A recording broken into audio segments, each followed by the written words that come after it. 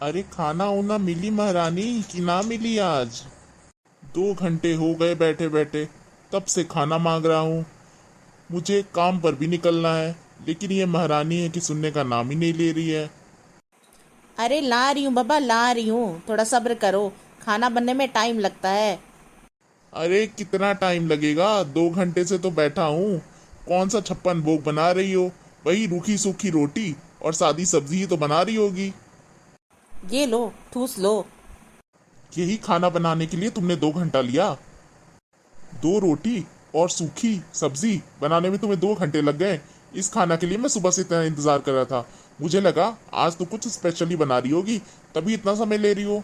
हाँ, मैं तो काम वाली बाई हूँ ना, जो एकदम तुम्हारे लिए रोज नए नए तरीके पकवान बनाऊंगी। और हाँ, तुम सामान ला के देते क्या मुझे?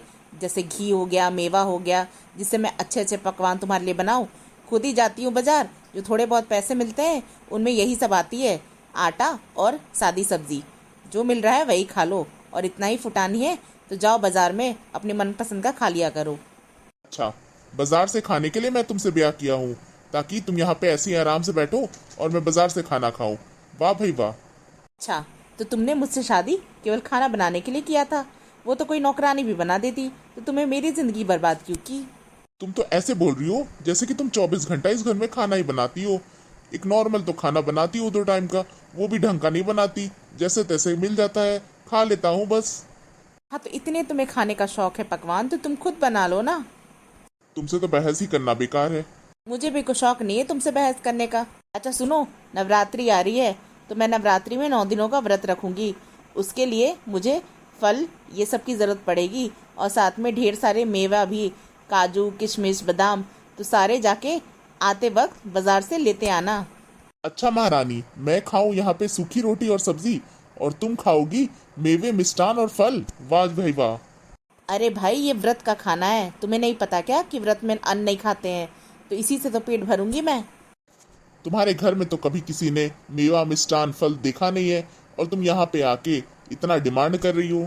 हाँ, बचपन से तो तुम्ही ने मुझे खिला पिला के बड़ा किया है, ऐसे बोल रहे हो?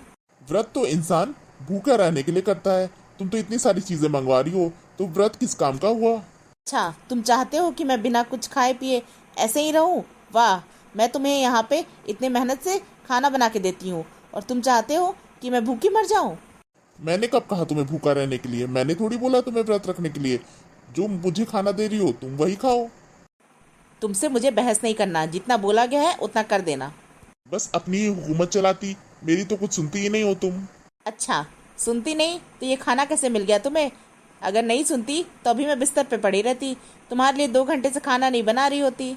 अच्छा, मतलब खाना बना के एहसान कर दिया तुमने मुझ पर। एहसान की तो बात ही नहीं की मैंने, ये तो मेरा कर्तव्य है। और तुम भी अपना कर्तव्य निभाओ, मेरी सारी ज़रूरतों को पूरा करो।